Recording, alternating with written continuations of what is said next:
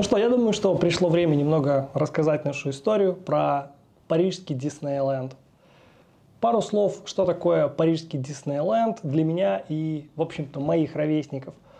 Когда я был еще очень юн и ходил в школу, в то время парижский Диснейленд считался чем-то за гранью. И если, например, родители какого-то моего сверстника свозили в парижский Диснейленд, это звучало как «Ого, ничего себе!»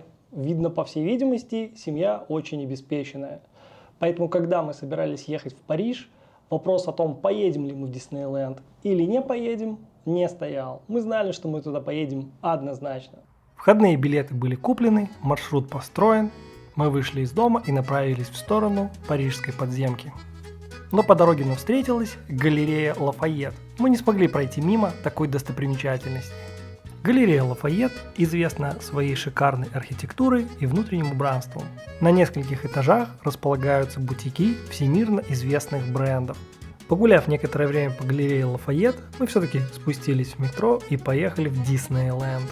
Транспортное сообщение с Диснейлендом организовано просто прекрасно. Спускаемся в метро, едем несколько станций на метро, потом пересаживаемся на пригородные электрички. И вот он тот самый волнительный и долгожданный момент. Предъявляем билеты и проходим внутрь. Внутри парижского Диснейленда располагается два парка. Основной парк с различными аттракционами и парк Walt Disney Studio. Walt Disney Studio Park позволяет заглянуть за кулисы мира кино и телевидения с аттракционами и шоу, посвященными фильмам Pixar, Marvel и другим знаменитым студиям.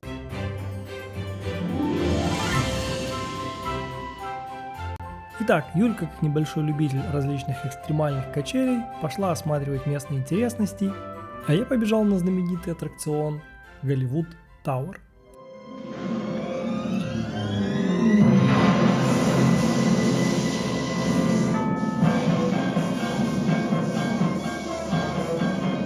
В общем, суть истории такова. Была семья, зашла в отель попала молния, они зависли в лифте и все исчезли. Что касается самого аттракциона. Сперва вы довольно долго продвигаетесь по лестницам и между труб в помещении, стилизованного под заброшенный подвал. Спустя некоторое время вы доходите до дверей грузового лифта. Этот лифт и есть сам аттракцион. Внутри лифта расположена платформа, на которой закреплено несколько кресел. Вы садитесь в это кресло, вас надежно пристегивают. Потом с офигительным ускорением вы начинаете разгоняться вверх, резко останавливаетесь и с таким же ускорением начинаете лететь вниз. После нескольких таких взлетов и падений платформа останавливается и вы видите очень здорово сделанную голограмму, на которой вы видите героев этой истории. А потом все повторяется еще несколько раз по кругу. К сожалению, запись внутри аттракциона была запрещена. После того, как я полетал вверх-вниз с дикими скоростями, мы побежали исследовать территорию парка и потратили на это весь остаток дня.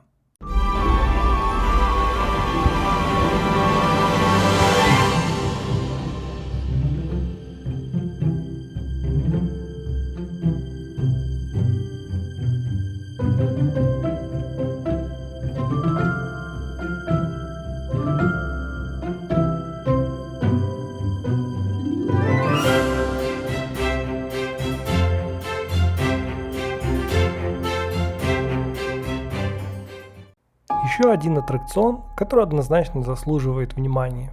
Это дом с привидениями. Очень качественно проработанный интерьер, фигуры и голограммы. Будет весело взрослым и очень интересно детям.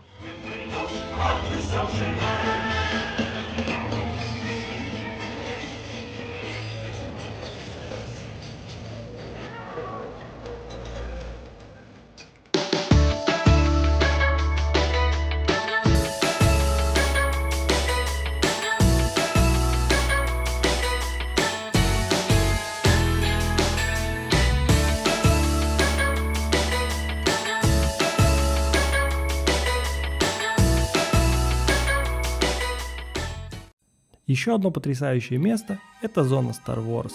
Здесь вы увидите огромное количество интерактивных инсталляций и множество интересных аттракционов.